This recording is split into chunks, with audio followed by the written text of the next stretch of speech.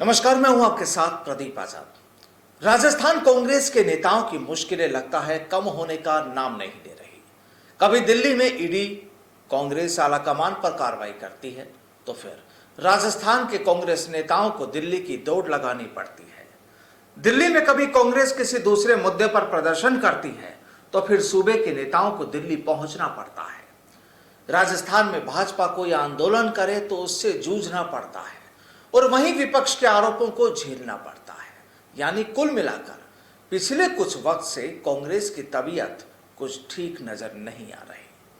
अब बात करें अगर राजस्थान की, तो यहां यूं तो विपक्ष के पास सरकार को घेरने के कई मुद्दे हैं और वो सरकार को घेरती भी रहती है, लेकिन वहीं राजस्थान का एक बड़ा मुद्दा यानी ईआरसीपी मामला भी राजस्थान में हुकूमत के लिए मुश्किल वाला बना है। और अब अगले 4 दिनों बाद यानी 9 अगस्त को इसी मसले पर सूबे के वरिष्ठ भाजपा नेता और सांसद डॉक्टर किरोड़ी लाल मीणा भी हुंकार भर रहे हैं।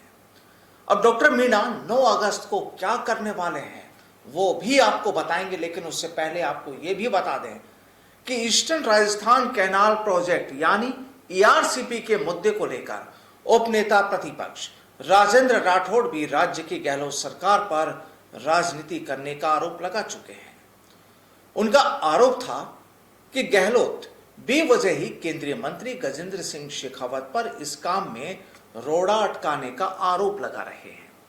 हाल ही में राठौड़ ने कहा था कि राजस्थान और मध्य प्रदेश के बीच जो समझौता है उसके तहत 75% जल निर्भरता पर ही प्रोजेक्ट बनाया जा सकता है, लेकिन राजस्थान सरकार ने 50% जल निर्भरता का प्रोजेक्ट बनाया है जो समझौते का उल्लंघन है।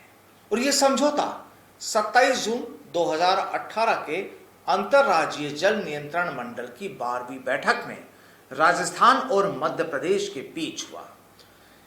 इसमें 75% जल निर्भरता पर परियोजना बनाने की सहमति बनी। यह उस समझौते का उल्लंघन है। तब से लेकर अब तक मध्य प्रदेश से राजस्थान को एनओसी नहीं मिली है। अब गहलोत सरकार खुद की गलती को छिपाकर इशू बनाना चाहती है, ये कहना है राजेंद्र राठौड़ जी का। खैर, ये तो थी राठौड़ साहब की बात। और अब बात कर लेते हैं डॉक्टर किरोड़ी लाल मीणा की, जिन्होंने सीधे तौर पर कह दिया है कि इस 9 अगस्त को जल क्रांति की शुरुआत होगी और इसी दिन एक बड़ी सभा का आयोजन किया जाएगा। मुद्दा होगा ईआरसीपी का। तो जाहिर है कि अब डॉक्टर किरोड़ी लाल मीणा एक बार फिर गहलोत सरकार के लिए चुनौती बनकर खड़े हो रहे हैं। दरअसल डॉक्टर मीणा ने सीधा ऐलान किया कि 9 अगस्त को दौसा जिले के नांगल प्यारीवास गांव में, जिसे मीणा हाईकोर्ट के नाम से भी जाना जाता है, वहां एक बड़ी सभा होगी। डॉक्टर मीणा कहते हैं कि इस सभा को नाम दिया गया है जल क्रांति, यानी इस दिन को जिस तरह अगस्त क्रांति दिवस के रूप में जाना जाता है उसी दिन ये जल क्रांति होगी। डॉक्टर मीणा कहते हैं कि इसी दिन 75 विधानसभा इलाकों के 75,000 जल क्रांति वीर यानी लोग इस सभा में हिस्सा लेंगे। यानी 75,000 लोगों की एक बड़ी सभा ईआरसीपी के मुद्दे को लेकर। डॉक्टर मीणा मतलब पूरा जो मुद्दा होगा ईआरसीपी का होगा और उसी पर होगा।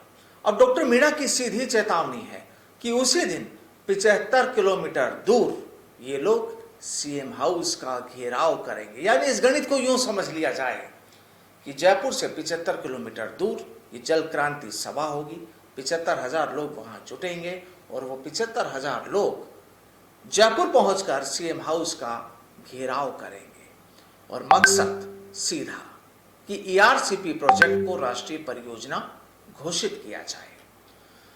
तो अब देखिए, जिस तरह डॉक्टर मीणा ने ये ऐलान किया है उसके बाद राजस्थान में सरकार की मुश्किलें भी बढ़ सकती हैं। आपको याद होगा कि पहले भी डॉक्टर किरोड़ी लाल मीणा सरकार के लिए कई बार मुश्किलें खड़ी कर चुके हैं। पुलिस और खुफिया तंत्र को खबर भी नहीं होती और वो एक पुजारी के शव को लेकर जयपुर के सिविल लाइंस तक पहुंच जाते हैं। लेकिन इस पूरे एपिसोड में एक बात जरूर देखने वाली होगी कि ये कारवां क्या अकेले डॉक्टर मीणा का होता है या फिर राजस्थान की भाजपा भी इस जल क्रांति में शामिल होती है। सवाल ये भी है कि क्या भाजपा के दूसरे बड़े नेता भी इस कारवां में शामिल होते हैं या नहीं, क्योंकि अंदरूनी खींचतान और टांग खिंचाई की तस्वीरें तो सूबे की दोनों ही पार्टियों में है। तो क्या वैसी ही तस्वीर इस बार डॉक्टर मीणा की इस जल क्रांति में भी दिखाई देती है या नहीं, या फिर डॉक्टर मीणा के साथ दूसरे भाजपाई भी शामिल होते हैं, क्योंकि इस पर सरकार की नजरें भी रहेंगी, ये भी साफ है। और वहीं देखना यह भी होगा कि जिस तरह से डॉक्टर मीणा ने अपने मिशन का ऐलान किया है, क्या वो कामयाब हो पाता है। नमस्कार।